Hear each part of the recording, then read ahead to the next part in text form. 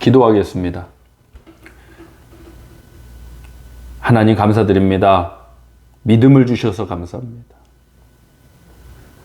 이런 불확실한 상황들, 혼돈의 상황들 속에 우리가 믿음이 없었다면 어떻게 살 수 있었을까? 믿음이 있다는 것이 너무나도 귀한 일이고 복된 일임에 감사드립니다. 오늘 이 말씀을 통해서 믿음에 대해서 나눌 때 우리가 아는 믿음으로 끝날 것이 아니라 살아가는 믿음, 생명력 있는 믿음의 역사로 우리들을 세워 주시옵소서. 오늘도 주님의 은혜가 충만할 줄 믿사오며 우리 주 예수 그리스도의 이름으로 기도하옵나이다. 아멘. 하나님 말씀 함께 보시겠습니다. 신약 성경 로마서 10장 17절 한 절만 나누겠습니다. 로마서 10장 17절입니다. 합독하겠습니다. 그러므로 믿음은 들음에서 나며 들음은 그리스도의 말씀으로 말미암았느니라. 아멘. 로마서 10장 17절을 본문으로 믿음으로 사는데 절대적인 것, 믿음으로 사는데 절대적인 것이란 제목으로 은혜 나누길 원합니다. 사람이 살아가는데 절대적으로 필요한 것들이 있습니다. 공기가 있어야죠. 물이 있어야죠. 먹을 것이 있어야죠. 또 건강이 있어야죠. 그것은 절대적인 것입니다. 그런데 또한 있으면 도움이 되지만 없어도 괜찮은 것들이 있습니다. 또 전혀 없어도 우리가 사는데 아무 지장이 없는 것들도 분명히 있습니다. 이런 것을 구분할 줄 알고 그 구분에 따라서 우리가 선택하고 또 살아갈 줄 아는 그런 지혜가 필요합니다. 이 질문은 어떠한 삶을 살아가길 원하느냐는 질문에 따라서 나한테 절대적으로 필요한 것들에 대한 답이 달라집니다. 사랑하는 성도 여러분, 우리 성도님들은 어떠한 삶을 살아가길 원하십니까? 어떠한 삶이 여러분의 소망입니까? 어떠한 삶이 여러분의 이상향입니까? 구원받은 의인의 삶은 바로 믿음으로 말미암아 사는 삶입니다. 우리 사랑하는 대전보혈 침례교회 성도님들이 믿음으로 말미암아 살아가는 위대한 승리가 있으시길 주님으로 축복하겠습니다. 어려운 시기입니다. 믿음으로 사는데 절대적인 것이 무엇인지 오늘 다시 한번 본문 말씀을 합독해 보겠습니다. 본문 17절입니다.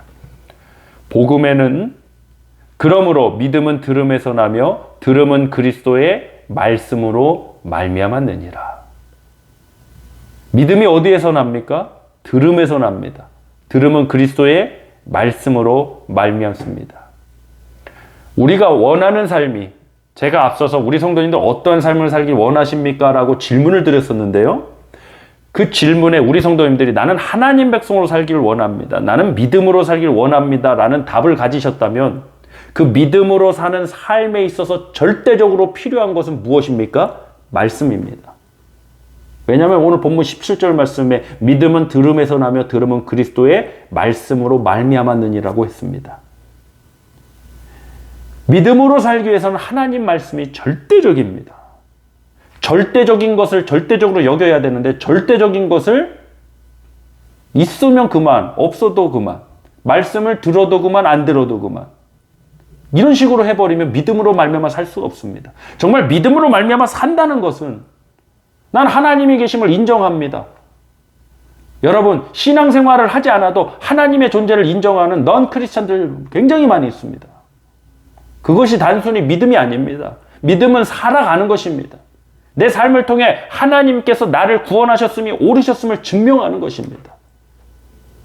그 믿음의 삶은 하나님의 말씀이 절대적으로 필요합니다. 그래서 우리 사랑하는 대전보혈 침례교회에 항상 하나님 말씀의 은혜가, 특별히 우리 대전보혈 교회가 나누는 이 복음의 말씀들이 세계 열방에 증거되어서 죽은 생명을 살리는 역사가 있기를 간절히 소망합니다.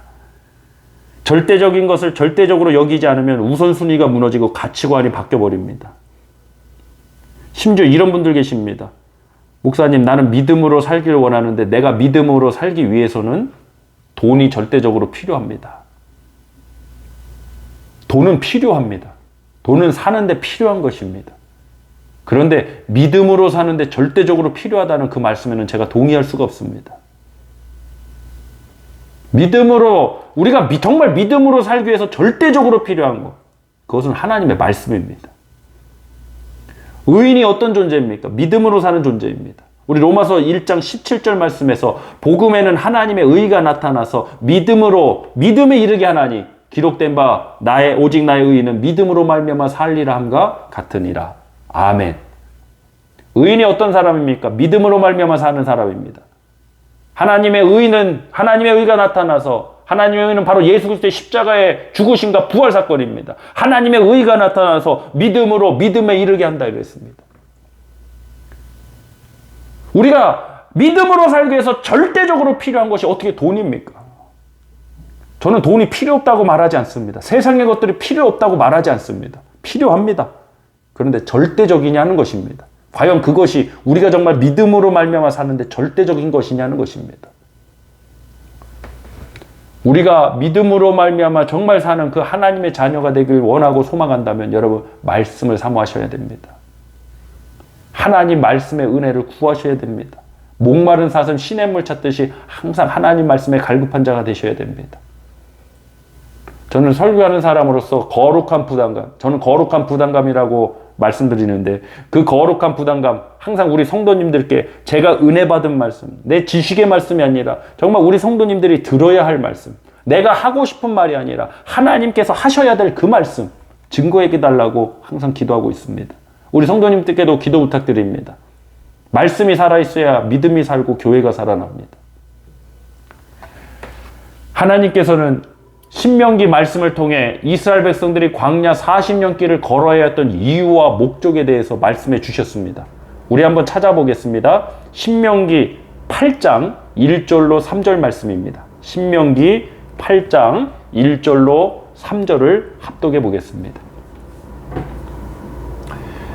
찾으신 줄로 알고 우리 합독하겠습니다. 신명기 8장 1절로 3절 시작.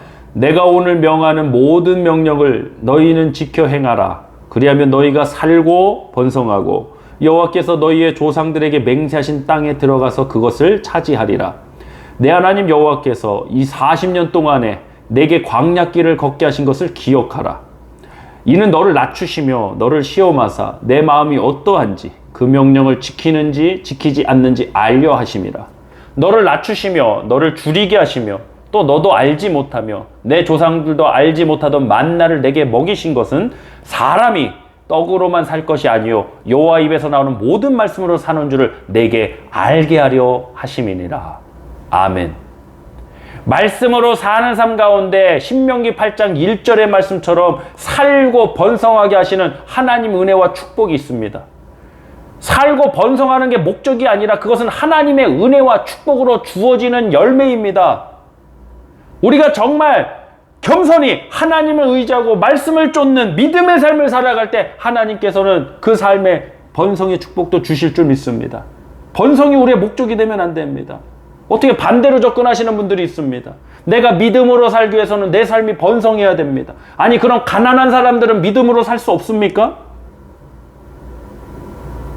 가난한 사람들은 다 믿음이 없습니까? 그렇지 않습니다. 잘못된 착각, 그거부터 빨리 깨져야 합니다. 믿음으로 사는데 어떻게 물질, 어떻게 환경이 절대적인 것입니까? 믿음은 들음에서 나고 들음은 그리스도의 말씀으로 말미암습니다. 우리 모르는 말씀 아닙니다. 하나님의 말씀이 절대적이어야 됩니다. 성령님의 역사심이 절대적이어야 합니다. 우리 믿음으로 말미암아 살아봅시다. 가나안 땅에 들어가서도 하나님 너희가 살고 번성하리라고 말씀해 주셨던 것처럼 우리 하나님 백성들이, 우리 교회가 믿음으로 말미암아 살아갈 때 세상 가운데서도 아름다운 열매 맺어갈 줄 믿습니다. 사랑하는 성도 여러분, 이 시간 함께 합심하여 기도하길 원합니다. 하나님, 믿음으로 사는데 절대적인 것이 말씀이라고 그랬습니다. 성령님의 역사심입니다. 하나님, 오늘도 우리의 교회에 말씀의 은혜를 주시고 성령의 충만함을 더하여 주셔서 우리 사랑하는 대전볼 침례교 모두가 믿음으로 살게 하여 주옵소서. 믿음으로 세상 가운데서도 승리케 하여 주옵소서. 특별히 우리 어린 자녀들이 믿음으로 세상의 유혹들을 물리치고 하나님이 쓰시는 거룩하고 깨끗한 그릇이 되게 하여 주옵소서. 대장암으로 진단받은 우리 박선영 집사님을 치유하여 주시옵소서. 우리 함께 합심하여 기도하도록 하겠습니다. 다 함께 기도하도록 하겠습니다. 할렐루야. 하나님 아버지 감사드립니다. 하나님 오늘도 온라인으로 예배드리지만 아버지 하나님 말씀이 증언되었고 하나님 말씀이 선포되었기에 하나님 그 말씀이 우리 심령에 들려지고 우리 삶의 역사되는 말씀이 되어서 믿음이 나오는 역사가 되게 하여 주옵소서. 하나님 우리가 믿음으로 사는데 절대적으로 필요한 것이 있다 했습니다. 바로 하나님의 말씀이었습니다. 성령님의 역사심이었습니다. 하나님 우리는 믿음으로 말미암아 사는데 절대적인 것이 환경의 회복이라고 착각합니다. 물질의 풍성함이라고 착각합니다. 물질도 있어야 되겠지만 우리가 믿음으로 사는데 절대적인 것은 하나님의 말씀입니다. 성령님의 역사심입니다. 하나님 우리를 긍휼히 여겨 주시옵소서. 하나님의 말씀에 풍성한 은혜가 있게 하여 주옵소서. 우리 심령의 말씀을 적셔지게 하여 주옵소서. 성령님으로 충만케 하여 주옵소서. 특별히 우리 젊은 세대들이 하나님의 말씀을 힘입어 살아가는 존재가 되게 해주시고 그 삶이 하나님의 말씀을 살아내는 존재, 하나님의 말씀을 구현해내는 역사가 되게 하여 주시옵고 우리 박서연 집사님 대장암 아버지 진단을 받고 이제 치료를 앞두고 있습니다. 하나님께서 깨끗이 치료해 주실 걸 믿고 간절히 우리 합심하여 기도하고 있습니다. 하나님 우리 박선 집사님이 하나님 말씀으로 힘입어 아버지 이 어려운 상황들 이겨내게 해주시고 아버지 그의 질병이 깨끗이 치료한 바다 그 건강함을 통해 마음껏 그 호흡으로 하나님을 찬양할 수 있도록 긍휼과 자비를 베풀어 주시옵소서. 오늘도 우리 사랑하는 대전보혈 침례교회 각 예배 처소에서 드리는 이 예배를 주님이 기뻐 받아주시고 흠양해 주시고 함께 해주시고 역사해 주실 줄 믿사오며 우리 주 예수 그리스도의 이름으로 축복하며 간절히 기도드리옵나이다. 아멘.